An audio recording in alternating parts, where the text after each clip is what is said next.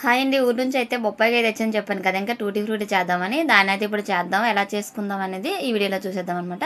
ఇంకా బొప్పాయిని కడిగేసి ఇగోండి పైన తొక్కంతా తీసేయాలి. ఇలాగా తీసేసి లోపల పిక్కలు ఉంటాయి కదండి, ఈ పిక్కలు కూడా మొత్తం తీసేయాలి. పిక్కలన్నీ తీసేసాక ఈ లోపల ఇగోండి పైన పొట్టు లాంటిది కూడా తీసేయాలి. మొత్తం నీట్గా చేశాక వీటిని చిన్న చిన్న ఇంట్లో తీసుకుని అనమాట, ఇలా తీసుకొని వీటిని కట్ చేసుకోవాలి. అన్నీ ఒకే లెవెల్లో వచ్చేటట్టు మొత్తం ఇలా కట్ చేసుకోవాలి. నేనైతే బొప్పాయికాయలో హాఫ్ ముక్కనే కట్ చేశాను అనమాట. అది ఇంకా కట్ చేసి పక్కన పెట్టాక వాటర్ వేడెక్కాక ఆ వాటర్లో వీటిని వేసేసి కొద్దిగా ఉడికించాలన్నమాట. ఇంకా బాగా మెత్తబడే వరకు ఉడికించకూడదు.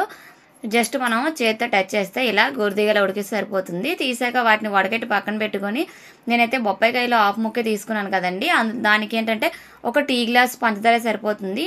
ఒక టీ గ్లాస్ పంచదార, అదే గ్లాస్తో హాఫ్ గ్లాస్ వాటర్ వేసి పంచదార కరిగే వరకు మరిగించి అందులోని మనం వడగట్టిన బొప్పాయి ముక్కలు వేసి ఒక 5 నిమిషాలు అందులో ఉడికించాలి. ఈ పాకం అంతా పడుతుంది అనమాట స్వీటు. అయితే ఉడికించాక వాటిని అదే ఆ పంచదార వాటర్తోనే బౌల్లో తీసుకొని మనకి ఏ కలర్ నచ్చితే ఆ కలర్ అయితే వేసుకోవచ్చు. ఇంకోటి నేనైతే 3 కలర్స్ అయితే వేసుకున్నాను అనమాట. ఇలా వేసుకొని మనం ఏంటంటే 5 నుంచి 6 గంటలు అయితే ఉంచేయాలి ఇలా వీటిని. ఇది ఏంటంటే నైట్ చేసుకుంటే చాలా మంచిది. ఓవర్ నైట్ అలా వదిలేస్తే మార్నింగ్ కల్లా మంచి కలర్ వస్తుంది అనమాట.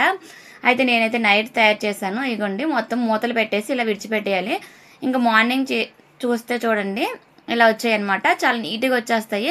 నాకు ఈ టూటీ ఫ్రూట్ అంటే చాలా ఇష్టం అనమాట. ఇవైనా ఇంకా చెర్రీస్ అని ఇష్టంగా తింటాను.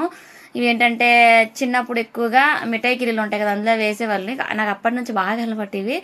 అయితే ఇంకా వీటిని ఎప్పటికప్పుడు నేను స్టోర్ పెట్టుకుంటాను అనమాట, చేసుకుంటూ ఉంటాను బొప్పాయికాయ తొరిగినప్పుడు.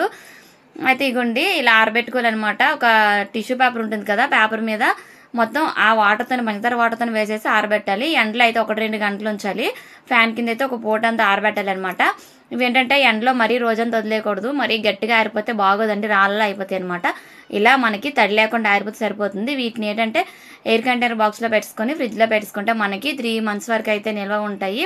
మనం కేకులు చేసేటప్పుడు నార్మల్గా తినడానికైనా వాడుకోవచ్చు. కలర్ కూడా వదలదు, చాలా నీట్గా వచ్చాయి అనమాట. ఇక నాకైతే చాలా బాగా వచ్చాయి. చూస్తుంటే అసలు తినాలనిపిస్తుంది అనమాట, అంత ఇష్టం నాకైతే. నేను ఇవేంటంటే ఇలా ఎప్పుడో ఏదో ఒకటి తినాలి అనిపించేటప్పుడు ఎక్కువగా ఇవి తింటూ ఉంటాను. నార్మల్గా బయటనైతే తీసుకుంటున్నాను అనమాట, ఇలాంటివి బాక్సులు అమ్ముతారు కదా. అయితే ఇంకా మనము ఈజీగా ఇలా చేసుకొని పెట్టుకోవచ్చు. ఇది మ్యాక్సిమం నైట్ చేసుకుంటే చాలా బాగా వస్తాయి అన్నమాట. మార్నింగ్కి మంచిగా పంచదార వాటర్లు ఉంటాయి కదా, అందులో ఉండి స్వీట్ అంతా పడుతుంది. ఫైనల్గా నాకైతే టూటీ ఫ్రూటీ ఎలా వచ్చాయండి, చాలా అంటే చాలా బాగా వచ్చాయి అనమాట. ఇంక ఇలా పెట్టేసుకొని మనం ఫ్రిడ్జ్లో పెట్టేసుకుంటే మనకి 3 months వరకు ఇవి బాగానే ఉంటాయి. నెక్స్ట్ వచ్చేసి మర్చిపోయాను, మనం ఉడికించేటప్పుడు కొంచెం వెనీలా ఎసెన్స్ వేసుకుంటే టేస్ట్ అనేది ఇంకా బాగుంటుందండి. బాయ్ అండి, థ్యాంక్ యూ ఫర్